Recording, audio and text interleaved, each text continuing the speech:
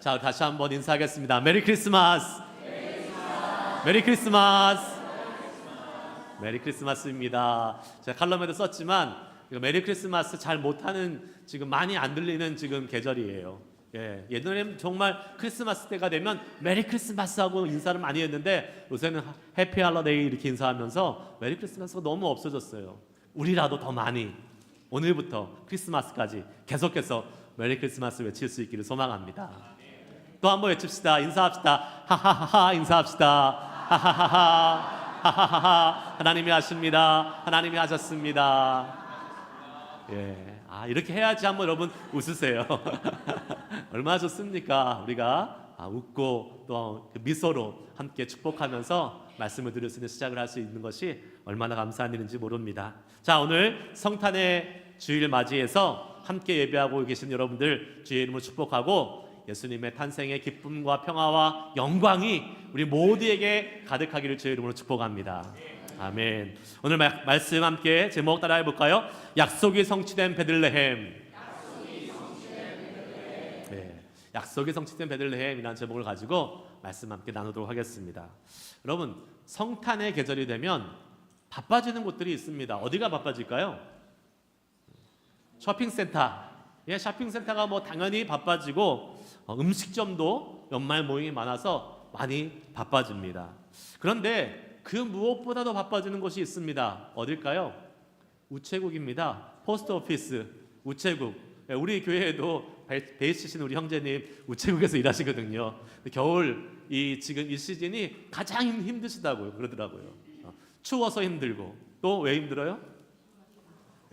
비 와서 힘들고 여러 가지 우편물이 카드 패키지들이 너무 많으니까 많이 힘들고 바쁜 곳이 바로 포스트 오피스 우체국입니다.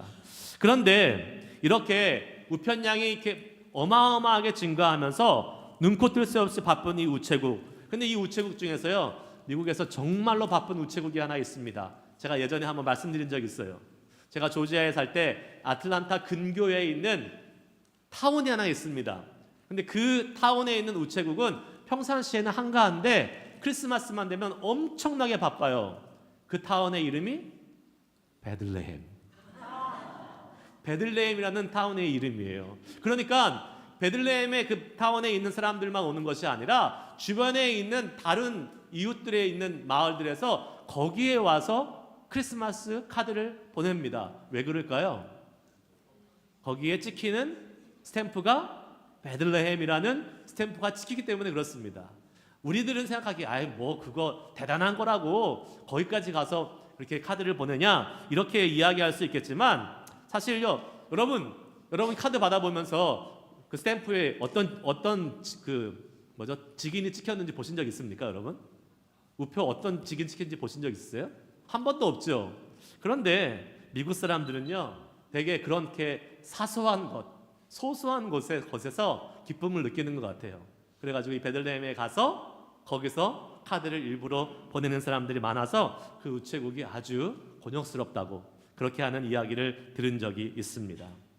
여러분, 이렇게 작은 것에 재미를 느끼고 작은 것에 감사하고 소소한 것에 우리의 마음의 여유를 가질 수 있는 그러한 성탄의 계절이 될 수 있기를 주의 이름으로 축복합니다.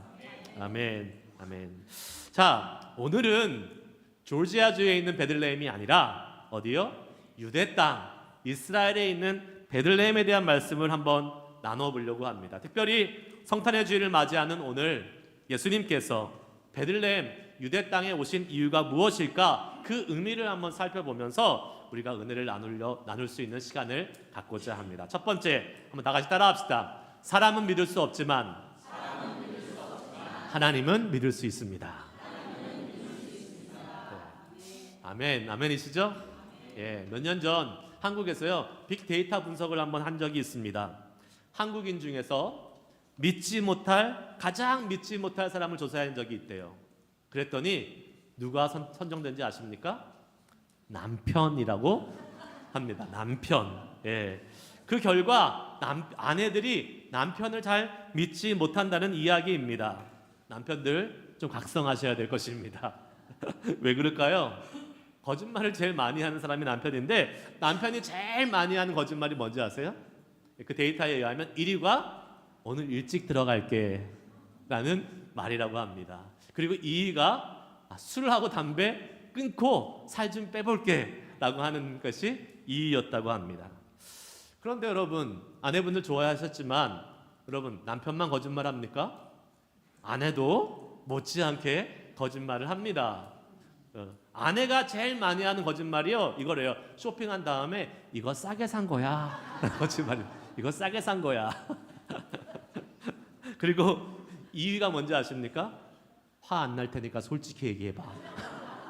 그랬다가 솔직히 얘기했다가 된통 큰 화를 당하는 경우들이 남편분들 계시지요. 여러분, 우리가 크리스찬으로서 우리 자신이 한 말 책임지고 정직하게 살아갈 수 있기를 바랍니다. 예. 가장 믿지 못한 사람이 남편이라고 꼽는 이 세대, 부부 사이 또 믿지 못하는 이 시대에 과연 우리가 다른 사람들의 말을 믿고 살 수 있을까라는 의문을 가지게 됩니다. 실제로 사람들은요, 우리에게 유리한 것만 말하고 유리한 것을 듣곤 합니다. 다른 말로 하면 거짓말을 할 때가 분명히 있다라는 것이죠. 했던 말인데 안 했다고 얘기하고 안 한 말을 또 했다고도 이야기를 합니다. 예전에 청문회 같은 걸 보면요, 한국에서 청문회 이렇게 보면 청문회에 증인으로 나온 사람들이 가장 많이 하는 말이 있습니다. 뭐죠? 기억에 나지 않습니다. 기억이 안 나는 거예요? 아니죠. 기억에 다 납니다. 그런데 말을 그렇게 거짓말로 이야기하는 것이죠.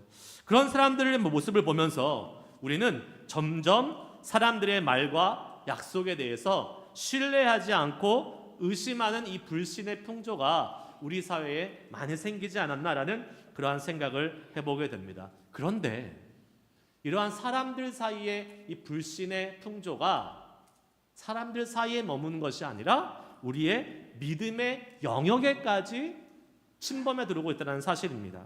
사람에 대한 불신이 하나님에 대한 불신으로까지 나도 모르게 연결되어서 확장되고 있다는 사실이지요. 그러나 성경은 우리에게 뭐라고 말합니까? 성경은 하나님은 우리의 사람과 같으시다? 아니죠. 다르시다라고 이야기합니다. 우리가 잘 아는 민수기 23장 19절 말씀 다시 한번 읽어보겠습니다. 시작. 하나님은 사람이 아니시니 거짓말을 하지 않으시고 인생이 아니시니 후회가 없으시도다. 어찌 그 말씀하신 바를 행하지 않으시며 하신 말씀을 실행하지 않으시랴. 아멘. 하나님은 사람이 아니십니다. 그러니까 사람은 거짓말도 하고 사람은 했던 말을 실행하지도 않지만 하나님은 어떻게 하세요? 그 하신 말씀을 반드시 이루시는 분임을 믿으시길 바랍니다. 하나님은 거짓말을 하시거나 약속을 어기시는 분이 아니십니다. 우리의 사람과는 본질적으로 다르다고 말씀하고 있어요. 그렇기 때문에 성경은 또한 우리에게 이렇게 말씀합니다. 그 하나님은 믿을 만한 분이시다. 믿부시다라고 이야기하고 있어요. 신실한 분이시다라고 증거하고 있습니다. 그러므로 그분의 말씀은 하나도 헛것이 없으며 하나도 땅에 떨어지는 것이 없음을 믿으시길 주의 이름으로 축복합니다. 디모데후서 2장 13절 말씀 한번 같이 읽습니다. 시작. 우리는 미품이 없을지라도 주는 항상 미쁘시니 자기를 부인하실 수 없으시리라. 아멘. 미쁘시다가 뭐예요? 믿을만하다. 우리는 사람은 미쁨이 없다, 믿을만하지 못하지만 우리 주님은 항상 믿을만하신 신실하신 분이심을 다시 한번 믿음으로 믿고 신뢰하며 나아갈 수 있기를 주의 이름으로 축복합니다. 두 번째 말씀 한번 따라해 봅시다. 예수님의 베들레헴 탄생은 하나님 약속의 성취입니다. 아멘. 오늘 여러분 우리가 읽었던 본문의 말씀도 하나님을 믿을 만한 분, 하나님은 믿을 만한 분이며 그분의 말씀은 결코 헛되지 않는다라고 증명하는 말씀 중에 하나입니다. 예수님이 왜 베들레헴에서 태어나셔야 하셨을까요? 메시아, 왕으로 오신 주님이시라면 베들레헴이라는 그러한 시골이 아니라 수도 예루살렘에 태어나시는 것이 정상입니다. 그리고 실제로 많은 사람들은 그것을 기대했습니다. 오늘 본문 말씀의 동방박사들, 멀리서 왔던 동방박사들도 예수님이 어디에서 날 거라고 기대했어요? 예루살렘의 왕궁에서 날 걸 기대하고 지금 헤롯 왕궁에 찾아온 것을 보게 됩니다. 오늘 본문 말씀 1절 2절 말씀을 같이 한번 읽겠습니다. 시작. 헤롯 왕 때에 예수께서 유대 베들레헴에서 나심에 동방으로부터 박사들이 예루살렘에 이르러 말하되 유대인의 왕으로 나신 이가 어디 계시냐? 우리가 동방에서 그의 별을 보고 그에게 경배하러 왔노라 하니. 아멘. 동방에서 온 박사들, 먼 길을 왔어요. 메시아의 태어남을 기대하고 또 알고 왔는데 이들이 유대 땅까지 와서 지금 예루살렘 헤롯 왕궁에 가서 어디 계십니까? 메시아가 어디 계십니까? 라고 물어보고 있습니다. 당연하죠. 메시아, 왕으로 오실 그분이기 때문에 그분은 예루살렘이라는 수도에 오시는 것이 당연했습니다. 그러자 헤롯이 혼란스러워합니다. 막 소동이 났습니다. 아니 자기가 왕이고 이 지역을 다스리는 사람인데 또 다른 왕이 나타난다고 하면서 아주 위협을 느꼈던 것 같아요. 그래서 당시에 제사장들과 또 많은 사람들에게 물어보기 시작합니다. 서기관들과 제사장들에게 그리스도가 어디서 태어났느냐? 지금 여긴 태어나지 않았는데 과연 어디에 있느냐라고 묻습니다. 그래서 성경의 지식에 밝았던 이 대제사장들과 서기관들은 이렇게 대답을 하지요. 오늘 본문 말씀 6절 말씀입니다. 같이 읽습니다. 시작. 또 유대 땅 베들레헴아 너는 유대 고을 중에서 가장 작지 아니하도다. 내게서 한 다스리는 자가 나와서 내 백성 이스라엘의 목자가 되리라 하였음이니이다. 아멘. 그들이 참조한 말씀, 지금 오늘 이렇게 이야기하고 있는 이 말씀은 우리가 수요일 날 읽었던 말씀, 미가 5장 2절의 말씀입니다. 메시아가 베들레헴에서 태어날 것이라는 예언의 말씀, 이것을 확인한 동방 박사들은 이제 어디로 갑니까? 베들레헴으로 가게 됩니다. 그리고 거기서 아기 예수님을 만나고 그 아기 예수님께 경배하는 내용이 성경에 기록되어 있죠. 여러분, 예수님은 베들레헴에서 태어나실 수밖에 없는 운명이었습니다. 왜 그럴까요?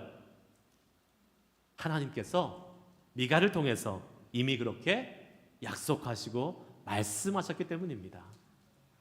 하나님의 말씀은 반드시 이루어지기 때문에 예수님은 베들레헴에서 태어나셔야 할 수밖에 없었던 것이지요. 그런데 여러분, 이 예수님께서 베들레헴에서 태어나기 위해서 그냥 짠 하고 태어나신 것이 아니라 하나님께서 얼마나 철저하게 이 일을 진행시켰는지 우리는 한번 살펴볼 필요가 있습니다. 예수님의 아버지 누구죠? 요셉. 요셉의 고향은 요셉은 어디 살고 있었습니까, 여러분? 나사렛이란 마을에 살고 있었습니다.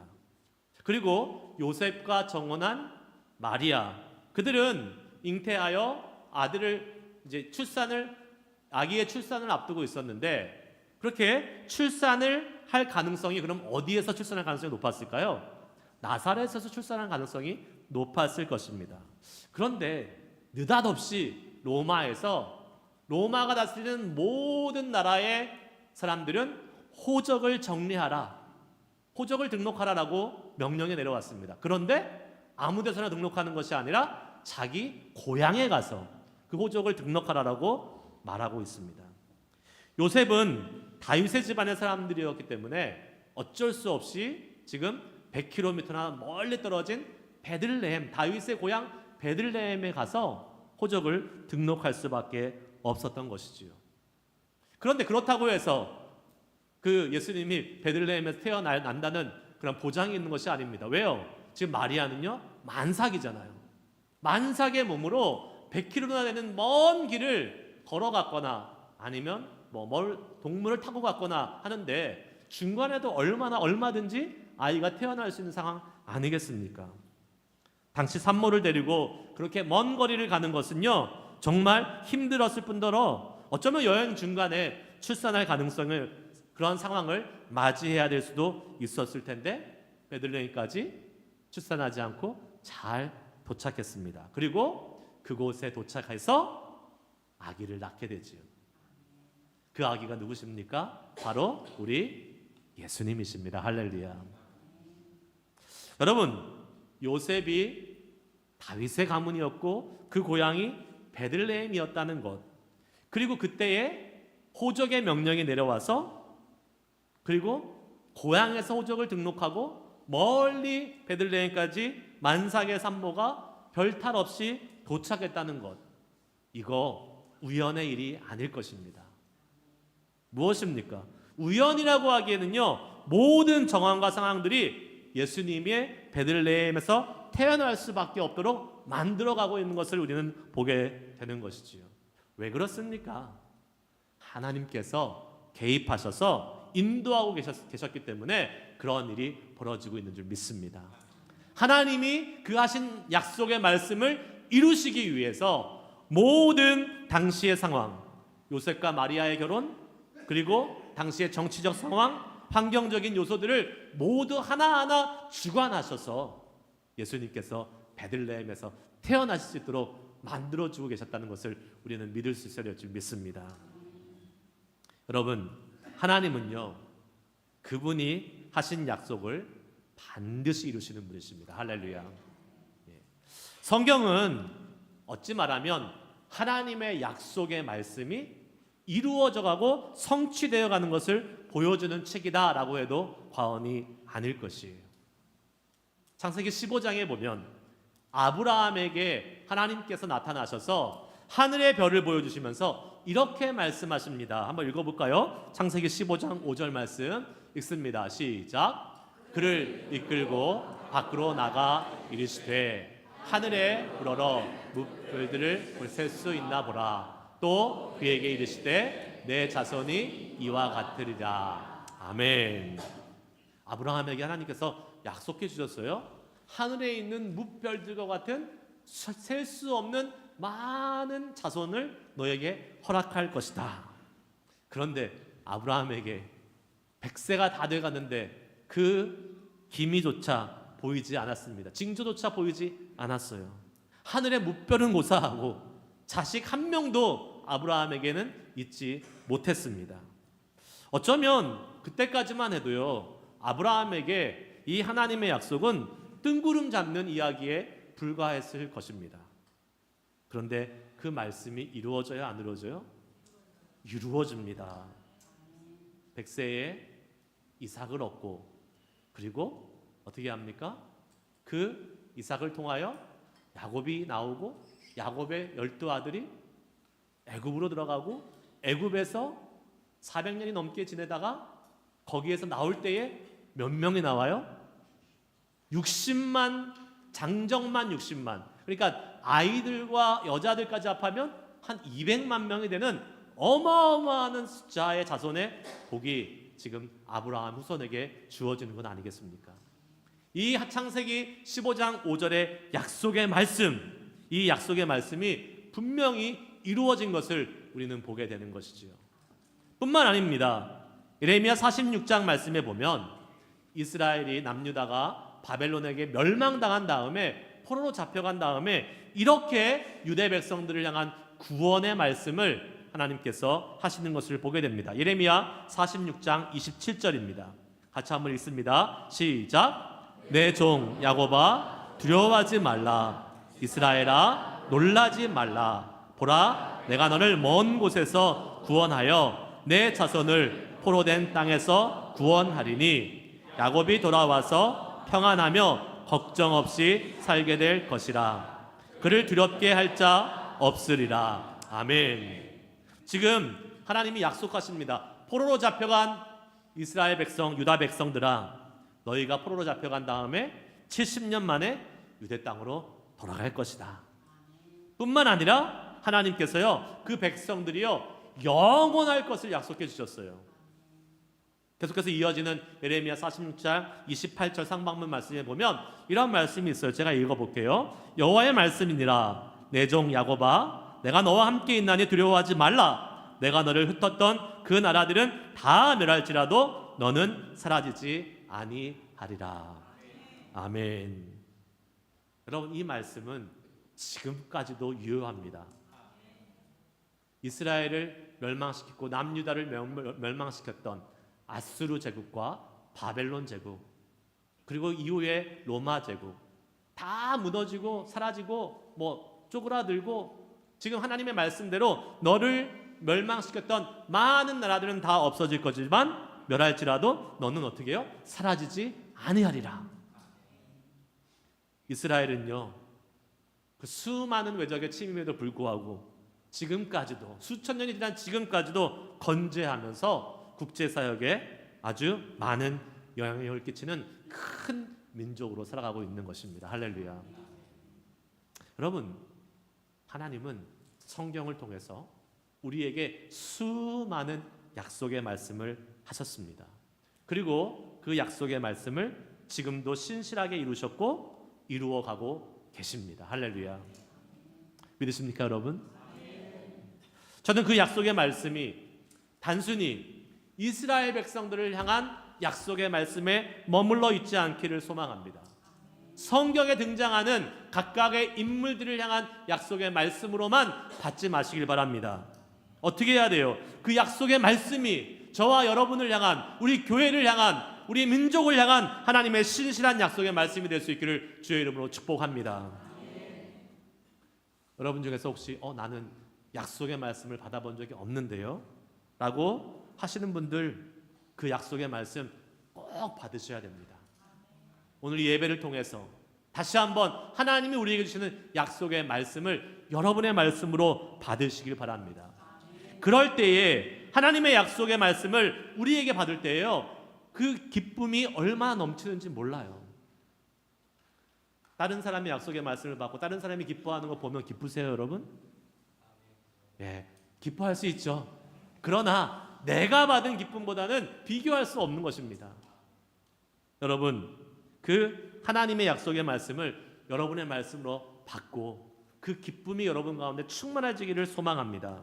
더 나아가 하나님이 주신 그 말씀이 이루어지고 실제로 이루어지는 것을 실제로 기대하고 또 그것을 경험해 나갈 때에 그 경험되어지는, 이루어지는 하나님의 말씀을 보면서 우리의 가슴에 하나님의 말씀에 대한 설레임과 기대함과 감사함이 우리 신앙 여정에 있게 되면 우리의 신앙의 여정이 얼마나 다이나믹하고 얼마나 감사하고 얼마나 설레지겠습니까? 그 은혜가 있기를 주님으로 축복합니다. 한 번은요, 제가 제 신앙생활을 한번 이렇게 돌아보면서 진지하게 하나님과의 관계를 놓고 기도한 적이 있었습니다. 하나님을 더 많이 알고 싶고 하나님을 더 많이 경험하고 싶어서, 하나님, 저에게 하나님의 살아계심의 증거를 보여주세요 라고 기도하면서 하나님과 씨름했던 적이 있어요. 열심히 기도했어요. 그런데 하나님께서 응답을 안 하시는 겁니다. 하나님 살아계신 증거를 보여주세요 라고 계속해서 기도하는데 아무 응답이 없어요. 제 마음이 어땠을까요? 낙심이 되고 실망이 되고 침체가 되는 것을 순간 경험했습니다. 근데 그때에 제가 잘했던 게 한 가지가 있어요. 말씀을 놓지 않았어요. 말씀을 쭉 계속 읽어가고 있었습니다. 시편 말씀, 시편 37편 4절 말씀을 읽는데 그 말씀이 제 안에 들어와서 탁 꽂히는 거예요. 무슨 말씀이냐? 한번 읽어볼까요? 시작. 또 여호와를 기뻐하라. 그가 내 마음의 소원을 내게 이루어 주시리로다. 아멘. 또 여호와를 기뻐하라. 그가 내 마음의 소원을 이루어 주시리로다. 이 말씀을요, 저에게 탁 주시고 그 말씀을 제가 하나님이 저에게 주신 말씀으로 받았어요. 그때 깨달았습니다. 제가 내가 실망하고 낙심해 있는다고 해서 문제가 해결되는 것이 아니지. 그래, 이럴 때 하나님의 약속의 말씀을 붙잡고 그 말씀을 신뢰하며 의지적으로 내 태도를 바꿔서 하나님의 말씀에 순종해야겠다라고 마음의 결심을 하고요, 제가 하나님을 기뻐하며 찬양하기 시작했어요. 그랬더니 언제 그랬냐는 듯이 제 안에 실망과 침체의 영이 사라지고요, 주님이 주시는 기쁨의 영이 충만해지는 것을 경험했습니다. 하나님이 하실 일에 대한 기쁨과 소망함으로 가득 찼어요. 아, 내 마음의 소원을 이루어주신 하나님 어떠한 일을 하실까라는 기대감과 소망함으로 가득 채워지게 됐다는 것입니다. 그리고 나서 제가 그 주에 교회를 갔어요.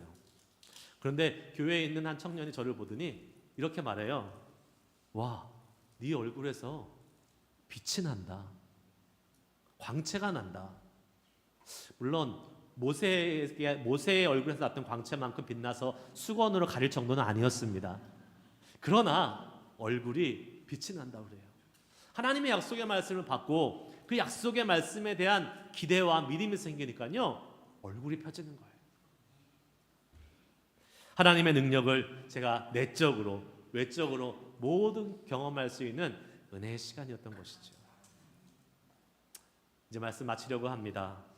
여러분은 하나님께 받은 약속의 말씀이 있으십니까?